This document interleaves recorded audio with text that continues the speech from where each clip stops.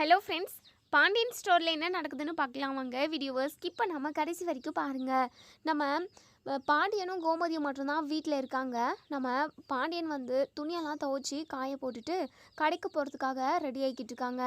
நம்ம கோமதி கிச்சனில் ஏதோ வேலை பார்த்துக்கிட்டு இருக்காங்க. மேலே ஏதோ ஒரு பொருளை எடுக்கிறதுக்காக சேர் வச்சு ஏறுறாங்க. ஸோ கால் தடுக்கி கீழே விழுந்துடுறாங்க. அதுக்கப்புறம் மேலே இருந்த சாமான் சட்டி எல்லாமே அப்படியே தட்டை புடான்னு சொல்லிட்டு சவுண்டோடு கீழே விழுது. நம்ம பாண்டியன் அப்போ தான் கடைக்கு போகிறதுக்காக போகவும் ஏங்கன்னு சொல்லிட்டு நம்ம கோமதி கூப்பிடுறாங்க. இவளுக்கு வேறு வேலையே இல்லை, ஊரில் உள்ள எல்லா நடிப்பையும் இவ தான் கற்று வச்சுக்கிட்டு இருக்கா, ஒவ்வொரு நாளைக்கு ஒவ்வொரு மாதிரியான நடிப்பை நடிக்கிறா அப்படின்னு சொல்லிட்டு யதார்த்தமாக அங்கேருந்து போயிடுறாங்க. ஸோ நம்ம கோமதி உண்மையாகவே கீழே விழுந்து தலையில் நல்லா பலமாக அடிபட்டுருது. நம்ம கோமதி ஏங்கன்னு சொல்லி கூப்பிடவும் நம்ம பாண்டியன் அதெல்லாம் நடிப்பு தான் நடிக்கிறா இவன் அப்படின்னு சொல்லிட்டு கேர்லெஸ்ஸாக போயிடுறாங்க. கோமதி கொஞ்ச நேரத்துலேயே அப்படியே மயங்கிடுறாங்க. நம்ம அப்பத்தாவும் அரசியும் கோவிலுக்கு போய்க்கிறாங்க. அரசி இருந்துட்டு, சரிங்க அப்பத்தா, நம்ம சாமியும் கும்பிட்டாச்சு, வீட்டில் அம்மா மட்டும்தான் இருப்பாங்க, அப்பாவும் கடைக்கு கிளம்பி போயிருப்பாங்க இந்நேரத்துக்கு, நம்ம வீட்டுக்கு போவோம் வாங்க அம்முச்சி அப்படின்னு சொல்லி கூப்பிடுவோம்.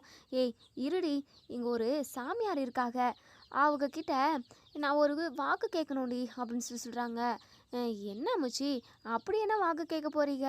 அதான் நீங்கள் நினச்சதெல்லாம் நிறைவேறிடுச்சுல்ல, நீங்கள் உங்கள் பொண்ணு வீட்டில் வந்து சந்தோஷமாக இருக்கணும்னு நினச்சிங்க, இப்போது அது நிறைவேறிடுச்சு, வேறு என்ன அம்முச்சி உங்களுக்கு ஆசை இருக்குது அப்படின்னு சொல்லி கேட்கவும், ஏய் அதெல்லாம் உனக்கு இப்போ தெரியாதுடி, நான் அவங்கக்கிட்ட கேட்பேன்ல அப்போ தெரிஞ்சு பண்ணி அப்படின்னு சொல்லிட்டு, ஆமாம் அவங்க எப்போ வருவாங்க அப்படின்னு சொல்லிட்டு, இன்னும் கொஞ்சம் நேரத்தில் வந்துடுவாங்கடி, வர டைம் தான் அப்படின்னு சொல்லிட்டு வெயிட் பண்ணிக்கிட்டு இருக்காங்க. ஸோ அந்த குருவுமே வந்துடுறாங்க. அவங்கக்கிட்ட போயிட்டு, நம்ம அப்போ தான் வந்து, சுவாமி என் மனசில் நினைக்கிறது நடக்குமா? நான் ரொம்ப நாளாகவே இதை என் மனசில் போட்டு புதைச்சி வச்சுக்கிட்டு இருக்கேன், இந்த ஆசை நிறைவேறுமா அப்படின்னு சொல்லி கேட்கவும், கண்டிப்பாக தாயி, கண்டிப்பாக நிறைவேறும், கூடிய சீக்கிரமே இது நிறைவேறும் அப்படின்னு சொல்கிறாங்க. நம்ம அப்பத்தாக்கு அவ்வளோ ஒரு சந்தோஷம். என்ன சுவாமி சொல்கிறீங்க? அப்போது நான் கண்ணை மூடுறதுக்குள்ளே நான் நினச்சதை பார்த்துட்டு போயிடுவேனா என் கண்ணால் அப்படின்னு சொல்லி கேட்கவும், கண்டிப்பாக தாயி, எல்லாமே நீ ஆசைப்படுற ஒட்டுமொத்தமும் அது நடக்க போகுது, உங்கள் 2 குடும்பமும் ஒன்று சேர போகுது, உன் பேரன் கல்யாணம் நீ யார் கூட நடக்கணும்னு நினைக்கிறியோ, எப்போ நடக்கணும்னு நினைக்கிறியோ அதை கரெக்டான டைமில் நடக்கும், நீ கவலையே படாத தாயி அப்படின்னு சொல்கிறாங்க. அப்பத்தாக்கா அவ்வளோ ஒரு சந்தோஷம். நம்ம அரசிக்கு ஒன்றுமே புரியல. அதுக்கப்புறம் அங்கேருந்து நம்ம அப்பத்தா ரொம்பவே சந்தோஷமாக வராங்க. அரசி, உனக்கு ஸ்வீட் வாங்கி கொடுக்குறேன் இருடி, நான் நினச்சது எல்லாமே நடக்கும்னு சொல்லிட்டு அந்த சாமியார் சொல்லிட்டாங்க. அந்த சாமியார் சொன்னது எல்லாமே இது வரைக்கும் நடந்திருக்கு, அப்போது நான் நினச்சதுமே நடக்கும், என் பேரன் விஷயத்துலேயும் நடக்கும், அதே சமயம் என் மகன்கள் இருக்காங்க இல்லையா, அவங்க 2 பேரும் சீக்கிரமாகவே 2 குடும்பமும் ஒன்று சேரும், எப்படியோ நான் நினச்சது எல்லாமே நடந்துருச்சு அப்படின்னா நான் நிம்மதியாக கண்ணை மூடுவேண்டி அப்படின்னு சொல்லிட்டு. ஐயோ அம்முச்சி, எப்போ பாரு கண்ணை மூடுறதை பற்றியே பேசிக்கிட்டு இருக்காதீங்க. ஆமாம், நீங்கள் என்ன கேட்டீங்க, அவங்க என்ன சொன்னாங்கன்னே எனக்கு ஒன்றுமே புரியல, என்ன ஆசை அப்படி இருக்குது உங்களுக்கு, சொல்லுங்கள் அம்முச்சி அப்படின்னு சொல்லி கேட்கவும், நான் வேறு என்னடி நினைக்க போகிறேன், 2 குடும்பமும் ஒன்று சேர்ந்து சந்தோஷமாக இருக்கணும், அதே மாதிரி என் பேரன் குமாரோட கல்யாணம் நல்லபடியாக நடக்கணும்னு சொல்லிட்டு தாண்டி நினச்சேன், அந்த சாமியாருமே நீங்கள் நினச்ச மாதிரி நடக்கும்னு சொல்லிட்டாங்க, இதுக்கப்புறம் எனக்கு வேறு என்னடி வேணும் அப்படின்னு சொல்லிட்டு கேட்குறாங்க. உடனே நம்ம அரசி இருந்துட்டு, ஆமாம் அந்த குரு இன்னொரு வார்த்தையுமே சொன்னாங்களே, உங்களுக்கு பிடிச்ச மாதிரி உங்களுக்கு பிடிச்ச பொண்ணு தான் உங்கள் பேரனை கல்யாணம் பண்ணிக்க போகுது அப்படின்ற மாதிரியெல்லாம், ஆமாம் நீங்கள் யாரை மனசில் நினச்சிக்கிட்டு இருக்கீங்க, எங்கேயாவது அந்த குமாருக்கு பொண்ணு பார்த்துருக்கீங்களா என்ன அப்படின்னு சொல்லி கேட்கவும், ஏய் நான் எங்கடி பார்த்தேன், ஏற்கனவே பார்த்து வச்ச பொண்ணு தானே அப்படின்னு சொல்லிட்டு இங்கே நம்ம அப்பத்தா வந்து சொல்கிறாங்க. உடனே அரசி இருந்துட்டு, சொல்லுங்க அம்முச்சி, யார் அந்த பொண்ணு அப்படின்னு சொல்லி கேட்கவும், நீ தான் அரசி, நீயும் குமாரும் ஒன்று சேர்ந்து சந்தோஷமாக வாழணும்னு எனக்கு நிறைய ஆசை தெரியுமா, கண்டிப்பாக உன்னை குமார் நல்லபடியாக வச்சு பார்த்துக்குவோம் அரசி அப்படின்னு சொல்கிறாங்க. உடனே நம்ம அரசி கோவப்படுறாங்க. இங்கே பாருங்க அம்முச்சி, இப்படியெல்லாம் பேசுனீங்க அப்படின்னா உங்கள் கூட நான் பேசவே மாட்டேன் பார்த்துக்கோங்க, கண்டிப்பாக கடைசி வரைக்கும் நான் அந்த பொறிக்கை மட்டும் கல்யாணம் பண்ணிக்கவே மாட்டேன் அப்படின்னு சொல்லிட்டு, இங்கே பாரு அரசி, என்னதான் நீ வெளிப்படையாக குமாரை திட்ட செஞ்சாலுமே மனசுக்குள்ளே ஏதோ ஒரு மூலையில் என் பேரன் வாழ்ந்துக்கிட்டு தாண்டி இருக்கான், கண்டிப்பாக நீங்கள் 2 பேர் தான் ஒன்று சேருவீங்க, நீ வேணால் பார்த்துக்கிட்டே இரு அப்படின்னு சொல்லிட்டு சொல்கிறாங்க. அதுக்கப்புறம் இப்படி பேசிக்கிட்டே 2 பேரும் வீட்டுக்கு போகிறாங்க. வீட்டுக்கு போனால் உடனே இங்கே நம்ம அரசி இருந்துட்டு, அம்மா எங்கம்மா இருக்க, என்ன பண்ணிக்கிட்டு இருக்க அப்படின்னு சொல்லிட்டு கூப்பிட்டுக்கிட்டே வரவும், நம்ம கோமதி வந்து கிச்சனில் கீழே விழுந்து கிடக்குறாங்க, மயங்கி கிடக்குறாங்க. அது மட்டும் இல்லாமல் தலையில் நிறையவே ரத்தம் வந்திருக்கு. உடனே நம்ம அரசியும் நம்ம அப்பத்தாவும் ரொம்பவே பதட்டப்படுறாங்க. ஐயோ அம்மாச்சி, அம்மாவுக்கு என்ன ஆச்சுன்னே தெரியலையே, மயங்கி விழுந்துட்டாங்க போல, மேலே ஏதோ எடுக்க போய் தான் கீழே விழுந்திருக்காங்க போல. ஐயோ அம்மா அம்மா எந்திரிம்மா அப்படின்னு சொல்லிட்டு தண்ணியெல்லாம் தெளிக்கிறாங்க முகத்தில். ஆனால் நம்ம கோமதி எந்திரிச்ச பாடே இல்லை, எந்திரிக்கவே மாட்டேங்கிறாங்க. அம்முச்சி எனக்கு ரொம்ப பயமாக இருக்கு அம்முச்சி, எனக்கு என்ன பண்ணுறதுனே தெரியல. இங்கே பாரு அரசி, நீ கதிருக்கு கால் பண்ணு அப்படின்னு சொல்லிட்டு உடனே கதிருக்கு கால் பண்ணுறாங்க. கதிருமே கால் அட்டன் பண்ணி சொல்லு அரசி அப்படின்னு சொல்லி சொல்லவும் உடனே இங்கே வீட்டில் நடந்த எல்லாத்தையுமே சொல்கிறாங்க. இப்படி அம்மா மயங்கி கிடக்குறாங்க, கீழே விழுந்து ரத்தமெல்லாம் வருது, எனக்கு ரொம்ப பயமாக இருக்குண்ணே, சீக்கிரமாக வானே அப்படின்னு சொல்லிட்டு நம்ம கதிருமே ரொம்பவே பதட்டமாக ஓடி வராங்க. அதாவது பக்கத்தில் தான் இருக்கேன், நான் உடனே வரேன் அரசி அப்படின்னு சொல்லிட்டு உடனே வந்துடுறாங்க. அம்மா என்னம்மா ஆச்சு, எந்திரம்மா அப்படின்னு சொல்லிட்டு நம்ம கதிருமே கூப்பிடுவோம். நம்ம கோமதி எந்திரிக்கவே இல்லை. சரி நம்ம உடனே இப்போ ஹாஸ்பிட்டல் போவோம் அப்படின்னு சொல்லிட்டு உடனே ஆம்புலன்ஸை வர வச்சு ஹாஸ்பிட்டலுக்கு கூட்டிகிட்டு போகிறாங்க. அங்கே போயிட்டு டாக்டர்ஸ் எல்லாருமே ட்ரீட்மெண்ட் பார்க்குறாங்க. ஒரு பக்கம் நம்ம அரசி பயங்கரமாக அழுதுகிட்டே இருக்காங்க. அமைச்சு இருந்துட்டு, இங்கே பாரு அரசி, கண்டிப்பாக கோமதிக்கு எதுவும் ஆகாது, அவ்வளோ சீக்கிரம் உங்கள் எல்லாருமே விட்டுட்டு அவள் போக மாட்டா, தயவு செஞ்சு அழுகாமல் இரு, டாக்டர் என்ன சொல்கிறாங்கன்னு பார்ப்போம் அப்படின்னு சொல்லிட்டு இங்கே நம்ம கதிருமே ரொம்பவே பதட்டமாக இருக்கார். உடனே செந்திலுக்கு சரவணன், அதுக்கப்புறம் நம்ம பாண்டியன், இவங்க எல்லாருக்குமே இன்ஃபார்ம் பண்ணுறாங்க. உடனே எல்லாருமே ரொம்பவே பதட்டமாக ஓடி வராங்க. நம்ம பாண்டியன் கிட்ட அரசி கேட்குறாங்க, ஏன்பா நீங்களும் அம்மாவும் மட்டும் தானே வீட்டில் இருந்தீங்க, நீங்கள் இருந்தால் போய் அம்மாவுக்கு இப்படி ஆயிடுச்சாப்பா அப்படின்னு சொல்லி கேட்கவும், பாண்டியன் பயங்கர அதிர்ச்சியில் பார்க்குறாங்க. அது வந்து உன் அம்மா கீழே விழுந்த மாதிரி ஒரு சத்தம் கேட்டுச்சு, எப்பவும் போல் இவன் நடிக்க தான் செய்கிறான் அப்படின்னு சொல்லிட்டு நான் பாட்டுக்கு கண்டுக்காமல் வந்துட்டேன். ஆனால் அவளுக்கு உண்மையாகவே கீழே விழுந்து மயக்கம் வந்து ஏதோ ஆயிருக்குன்னு சொல்லிட்டு நான் நினைக்கவே இல்லை, ஏதோ பொய்யா தான் நடிக்கிறான்னு சொல்லிட்டு நான் பாட்டுக்கு போயிட்டேன் அரசிமா, எல்லாம் என் தப்பு தான், நான் அவள் கூப்பிட்டப்பவே அவளை பார்த்துருந்தேன் அப்படின்னா கண்டிப்பாக இவ்வளோ கிரிட்டிக்கலான கண்டிஷனுக்கு போயிருக்க மாட்டா அப்படின்னு சொல்லிட்டு இங்கே நம்ம பாண்டியன் வந்து சொல்கிறாங்க. இதை கேட்ட இங்கே செந்திலுக்கு பயங்கரமாக கோவம் வருது. யோ உனக்குலாம் கொஞ்சம் கூட மனசாட்சியே இல்லையா, அது கூட நடிப்பு எது நிஜம் எதுன்னு கூட உன்னால் கண்டுபிடிக்க முடியாதா, உண்மையாகவே யாராவது கீழே தலைமண்டையை விட்டு தலையில் ரத்தம் வர அளவுக்கு நடிக்க செய்வாங்களா, கொஞ்சம் கூட உனக்கு ஈவு இறக்குன்றதே இல்லாமல் போயிடுச்சு, அப்படியா என்ன அம்மா பெரிய தப்பு பண்ணிருச்சு, கதிருக்கு கல்யாணம் பண்ணி வச்சாங்க, கதிரும் இப்போ சந்தோஷமாக தானே இருக்கான், உங்களுக்கு என்னதான் பிரச்சனை, அம்மாவை பார்த்தா உங்களுக்கு ஆகவே மாட்டேங்குது, அம்மாவை பார்த்தா உங்களுக்கு கொஞ்சம் கூட பாவமாகவே இல்லையா, அம்மாவுக்கு மட்டும் ஏதாவது ஆகட்டும், உங்களை நான் சும்மாவே விட மாட்டேன், அது மட்டும் இல்லாமல் பெத்த பிள்ளைன்னு கூட பார்க்காம எங்ககிட்ட கொடுத்த பணத்தை திருப்பி கேட்டீங்க, அது மட்டும் இல்லாமல் உங்ககிட்ட நாங்கள் பணமே கேட்கல, நீங்களா வழினா வந்து பணத்தை கொடுத்தீங்க, ஏதாவது ஒரு பேச்சு சண்டைன்னு வரப்போ அந்த பணத்தை திருப்பி கேட்குறீங்க, இப்படி உங்களுக்கு பிள்ளையும் முக்கியம் இல்லை, பொண்டாட்டியும் முக்கியம் இல்லை, யாருமே வேண்டாம்னு நினைக்கிற நீங்கள் யாருக்காக இப்போ உயிரோடு இருக்கீங்க, யாருக்காக சம்பாதிச்சுக்கிட்டு இருக்கீங்க, எங்களுக்கே தெரியாமல் வேறு யாரையாவது நீங்கள் 2ஆம் தரமாக கல்யாணம் பண்ணிக்கிட்டு இருக்கீங்களா அப்படின்ற மாதிரியெல்லாம் இங்கே நம்ம செந்தில் வந்து பயங்கரமாக இங்கே பாண்டியனை கேட்கவும், பாண்டியன் ரொம்பவே நொறுங்கி போகிறாரு.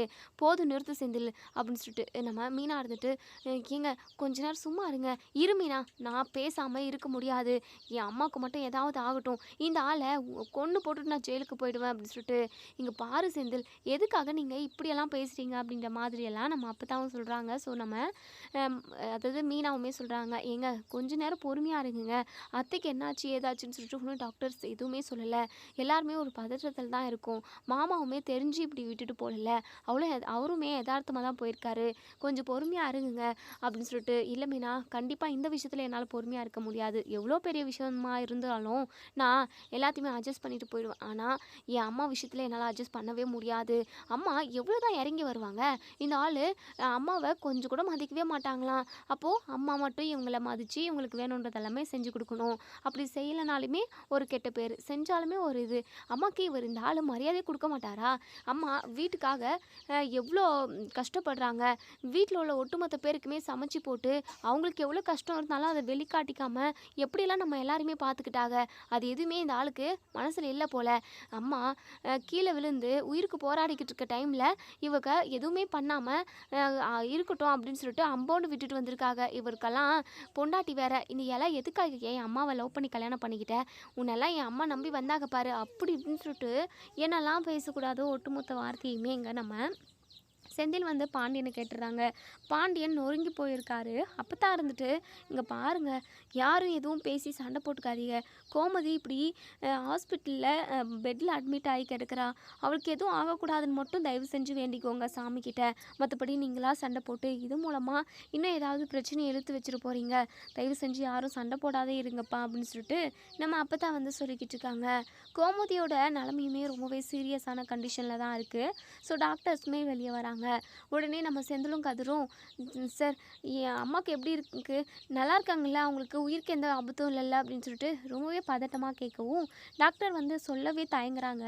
என்ன டாக்டர் எதுவுமே சொல்ல மாட்டேங்கிறீங்க, எங்களுக்கு ரொம்ப பயமாக இருக்குது டாக்டர், தயவு செஞ்சு என்னாச்சுன்னு சொல்லுங்களேன் அப்படின்னு சொல்லிட்டு உடனே இங்கே நம்ம செந்திலும் கதிரும் இப்படி கேட்டதுமே டாக்டர் இருந்துட்டு, நீங்கள் யாரும் பயப்படாதீங்க, இப்போதைக்கு தெளிவாக உறுதியாக எங்களால் எதுவுமே சொல்ல முடியாது, ரொம்பவே கிரிட்டிக்கலான கண்டிஷனில் தான் இருக்காங்க, பின்னாடி தலையில் அடிபட்டிருக்கு, நிறைய பிளட்லுமே லாஸ் ஆகிருக்கு, ஸோ எங்களால் இப்போதைக்கு எதுவும் சொல்ல முடியாது, இன்னும் ஒரு நாள் நாங்கள் அப்சர்வேஷனில் இருக்க வச்சு பார்த்துட்டு தான் எதுவுமே உங்களுக்கு சொல்ல முடியும், அது மட்டும் இல்லாமல் உங்கள் அம்மாவுக்காக ஸ்பெஷலிஸ்ட் எல்லாருமே நாங்கள் வர சொல்லியிருக்கோம், அந்தளவுக்கு ரொம்ப கிரிட்டிக்கலாக இருக்காங்க, ஸோ எல்லாமே அந்த கடவுள் கையில் தான் இருக்குது, எங்களால் முடிஞ்ச அளவுக்கு நாங்கள் ட்ரீட்மெண்ட் கொடுப்போம், மற்றபடி அந்த கடவுள் தான் உங்கள் அம்மாவுக்கு துணையாக இருக்கணும், நாங்களும் அந்த சாமிக்கிட்ட வேண்டிக்கிறோம், நீங்கள் கவலைப்படாதீங்க, கொஞ்சம் தைரியமாக இருங்க அப்படின்ற மாதிரி தான் டாக்டர் சொல்லிட்டு அங்கேருந்து போயிடுறாங்க. இதை கேட்ட எங்களுக்கு செந்திலும் நம்ம கதிரும் அப்படி நொறுங்கி போகிறாங்க. ஏன்னா கோமதி அந்த வீட்டில் எல்லாரையுமே ரொம்ப நல்லா பார்த்துக்கிட்டவங்க, எல்லாருக்குமே அன்பாகவும் அரவணைப்பாகவும் இருந்தவங்க. ஸோ இப்போது அதாவது ரொம்பவே கிரிட்டிக்கலான கண்டிஷனில் இருக்காங்க அப்படின்னு சொன்னதுமே எல்லாருமே அழுக ஆரம்பிச்சிடுறாங்க. அப்போது சிஸ்டர் வந்து, இங்கே பாருங்கள், இப்படி அழுதுகிட்டு உட்காந்துருக்காதீங்க, இங்கே நிறைய பேஷண்ட்ஸ் இருக்காங்க, அவங்கள இது பாதிக்கப்படுத்தும், தயவு செஞ்சு நீங்கள் கொஞ்சம் அமைதியாக இருக்கீங்களா அப்படின்னு சொல்லிட்டு சொல்கிறாங்க. இப்போது இங்கே நம்ம ராஜி கதிர், அத்தைக்கு எதுவும் ஆகக்கூடாது, அத்தை இல்லை அப்படின்னா கண்டிப்பாக நம்மளால் யாராலுமே இருக்க முடியவே முடியாது, அத்தை உயிர் பொழிச்சு வந்துடணும் கதிர், எப்பாடுபட்டாவது எவ்வளோ செலவு பண்ணாலும் சரி அத்தை எப்படியாவது மீட்டு எடுத்துடணும் அப்படின்ற மாதிரி நம்ம ராஜி வந்து சொல்கிறாங்க. ஸோ இங்கே கதிர் இருந்துட்டு, ராஜி நானும் அதுதான் நினைக்கிறேன், எனக்கு என் அம்மா ரொம்ப முக்கியம் ராஜி, அம்மா இல்லைன்னா கண்டிப்பாக அதெல்லாம் என்னால் யோசிச்சு கூட பார்க்க முடியாது அப்படின்னு சொல்லிட்டு இங்கே நம்ம கதிருக்கு பயங்கரமாக கோவம் வருது. ஃபஸ்ட்டு நம்ம செந்தில் திட்டாரு, எதுவும் பேசக்கூடாதுன்னு சொல்லிட்டு நம்ம கதிர் சைலண்டாக தான் இருந்திருப்பாங்க. ஸோ டாக்டர் சொன்னதுக்கப்புறம் அவங்களால ஆத்திரத்தை தாங்கிக்க முடியல, எல்லாமே உங்களால் தான், என் அம்மா கீழே விழுந்து போராடிக்கிட்டு இருந்த டைமில் கூட நீங்கள் காப்பாற்றாமல் போயிட்டீங்க, அப்படி என்ன என் அம்மா தப்பு பண்ணிட்டாங்க, உங்களை விட என் அம்மா எப்போவுமே தப்பு பண்ணதே கிடையாது, நீங்கள் சரவணன் அண்ணனுக்கு பண்ண துரோகத்தை விடவா என் அம்மா எனக்கு பண்ணிட்டாங்க, என் அம்மா அதாவது அமைச்சு கொடுத்த வாழ்க்கை எனக்கு ரொம்பவே சீரும் சிறப்பாக தான் இருக்குது, ஆனால் நீங்கள் அண்ணனுக்கு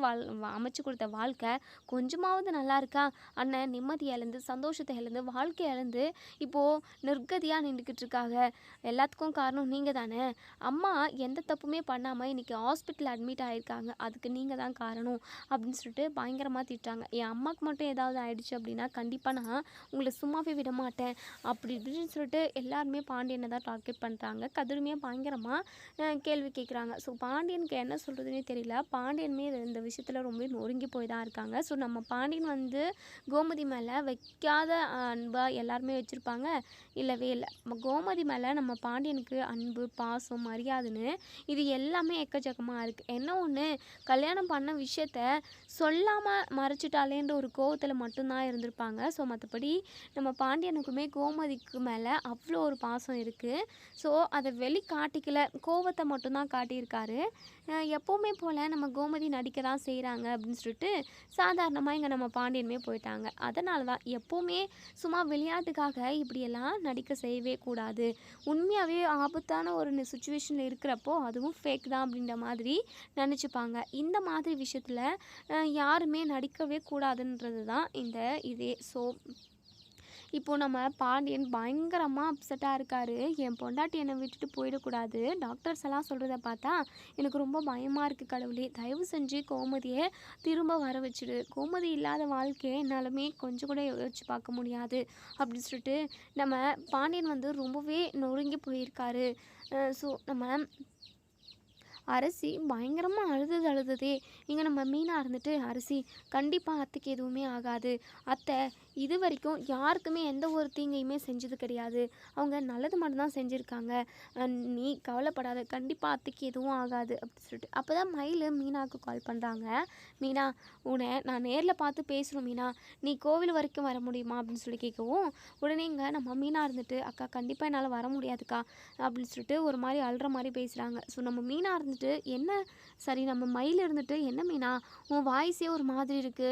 என்னாச்சு? வீட்ல ஏதாவது பிரச்சனையா? இல்ல செந்தில் தம்பிக்கும் உனக்கும் ஏதாவது சண்டையா?" அப்படின்னு சொல்லி கேட்கவும், "அதெல்லாம் ஒண்ணும் இல்லக்கா. அ அது வந்து அத்தை கிச்சன்ல இருந்து கீழ அதாவது சேர் மேல ஏறி கீழ விழுந்து தலையில அடிபட்டுருச்சு. எல்லாருமே இப்போ ஹாஸ்பிட்டல்ல தான் இருக்கோம். அத்தையும் ஹாஸ்பிட்டல்ல அட்மிட் பண்ணியிருக்காங்க. அத்தை ரொம்ப சீரியஸான கண்டிஷன்ல இருக்காங்க மயிலக்கா." அப்படின்னு சொல்லிட்டு பயங்கரமா அழுகுறாங்க.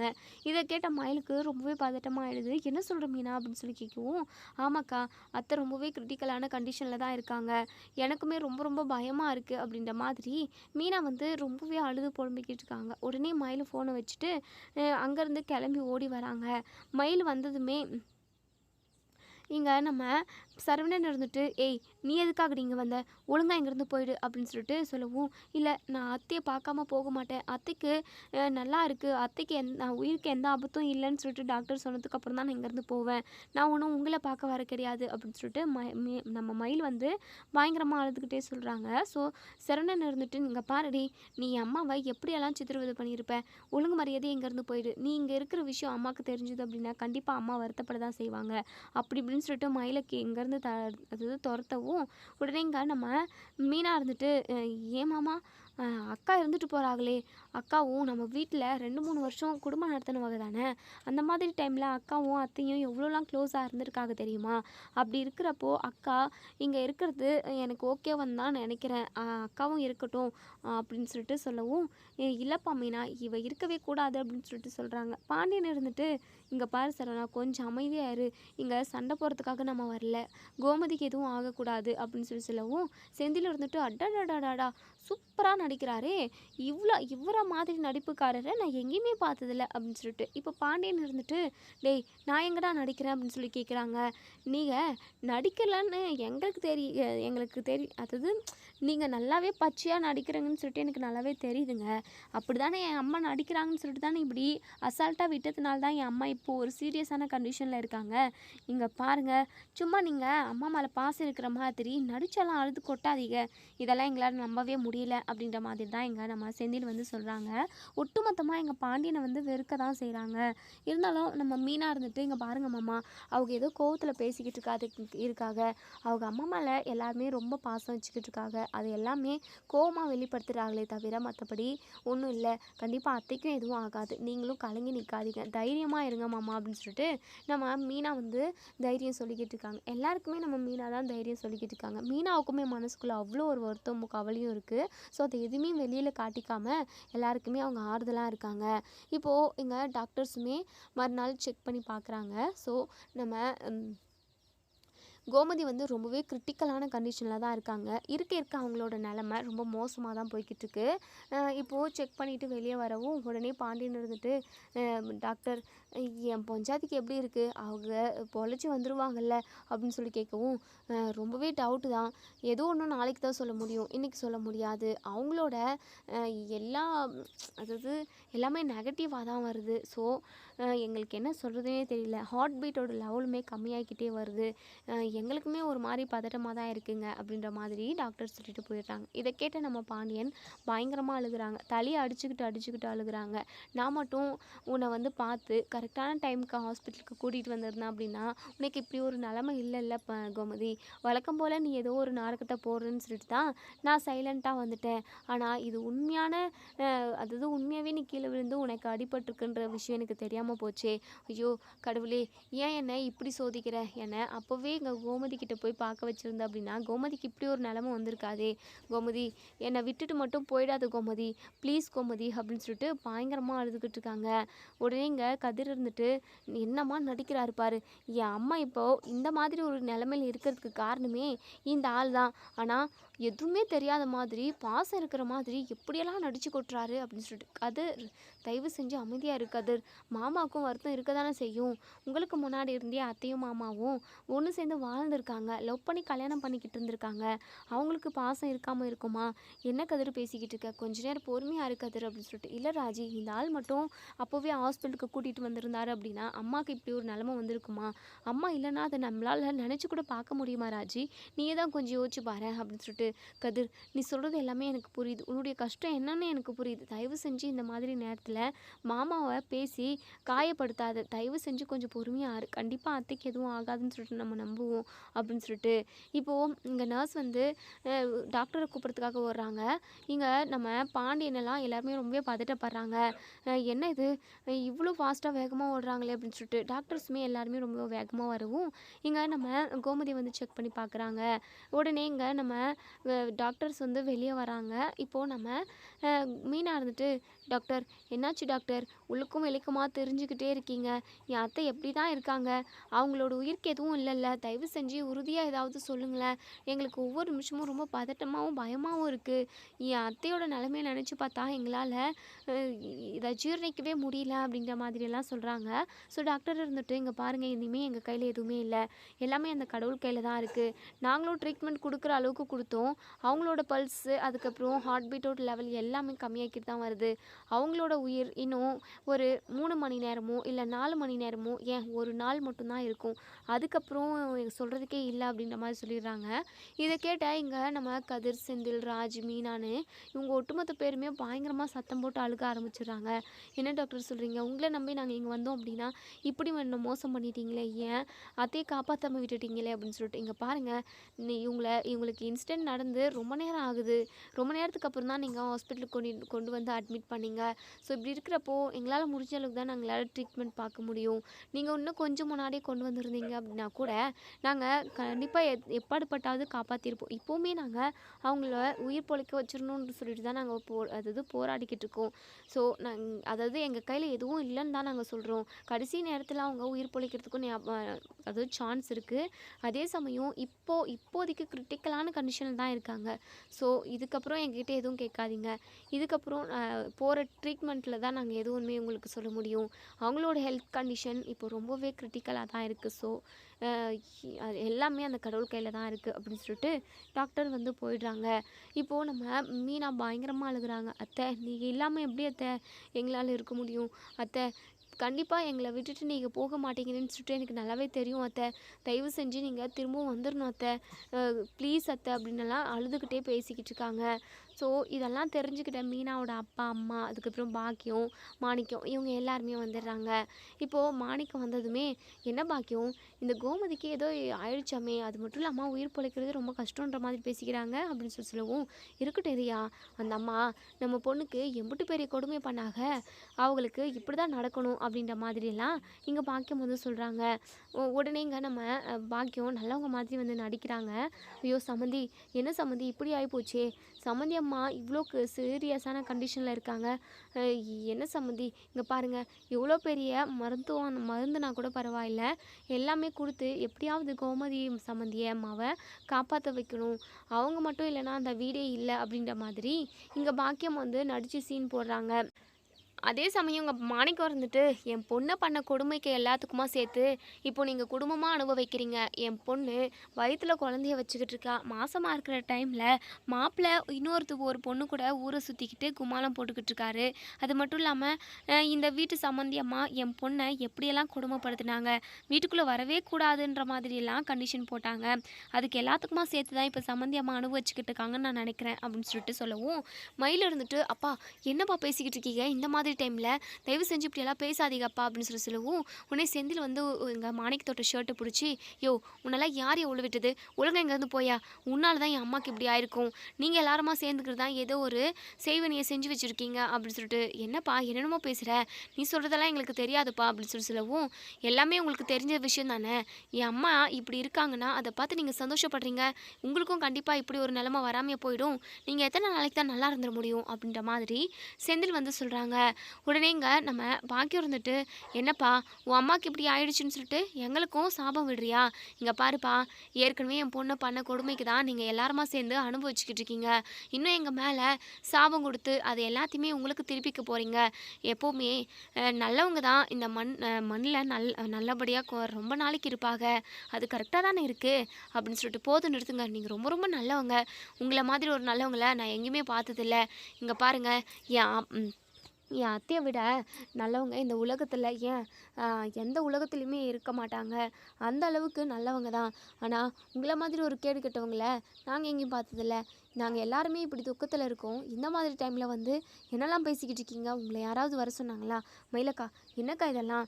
அத்தை இப்படி இருக்கிற சிச்சுவேஷன்ல இவங்க இப்படியெல்லாம் பேசுறாங்க. இது நியாயமாக்கா? நீங்களாவது அவங்க கிட்ட சொல்லி இங்கேருந்து கூட்டிட்டு போங்க. ஏற்கனவே நாங்க எல்லாருமே ரொம்பவே நொந்து போயிருக்கோம்." அப்படின்னு சொல்லிட்டு, "அம்மா என்னம்மா பேசிக்கிட்டு இருக்க? வாம்மா போலாம் இங்கேருந்து." அப்படின்னு சொல்லி கூப்பிடவும், "இல்லடி, நான் இங்கே தான் இருப்பேன். இங்கே என்ன நடக்குதுன்னு பார்த்துட்டு தான் வருவேன்." அப்படின்னு சொல்லிட்டு, இங்கே டாக்டர்ஸுமே ட்ரீட்மெண்ட் கொடுத்துட்டு தான் இருக்காங்க. கோமதி ரொம்பவே கிரிட்டிக்கலான கண்டிஷனில் தான் இருக்காங்க. ஸோ என்ன நடக்கும் இனி அப்படின்றத நம்ம வெயிட் பண்ணி பார்ப்போம் ஃப்ரெண்ட்ஸ். கோமதிக்கு எதுவும் ஆகக்கூடாது அப்படின்னு நினைக்கிறவங்க இந்த வீடியோ கீழே கமெண்ட் பண்ணி தெரிவிங்க. அதே சமயம் நம்ம கோமதி இல்லை அப்படின்னா கண்டிப்பாக அந்த வீடு வீடாகவே இருக்காது. ஸோ கோமதி சீக்கிரமாகவே உயிர் பொழைச்சி வரணும். வீட்டில் உள்ள ஒட்டுமொத்த பேருமே நல்லபடியாக சந்தோஷமாக இருக்கணும். அதே சமயம் நம்ம பாண்டியன் வந்து கோமதி கூட நல்ல விதமாக பேசணும். கோமதி பழைய மாதிரி சந்தோஷமாக இருக்கணும் அப்படின்னு நினைக்கிறவங்க இந்த வீடியோவுக்கு லைக் பண்ணி தருவீங்க. இனி என்னெல்லாம் ட்விஸ்ட் வரப்போகுது அப்படின்றத எல்லாத்தையுமே வரப்போகிற எபிசோடில் பார்த்து தெரிஞ்சுக்கலாம். தேங்க்யூ.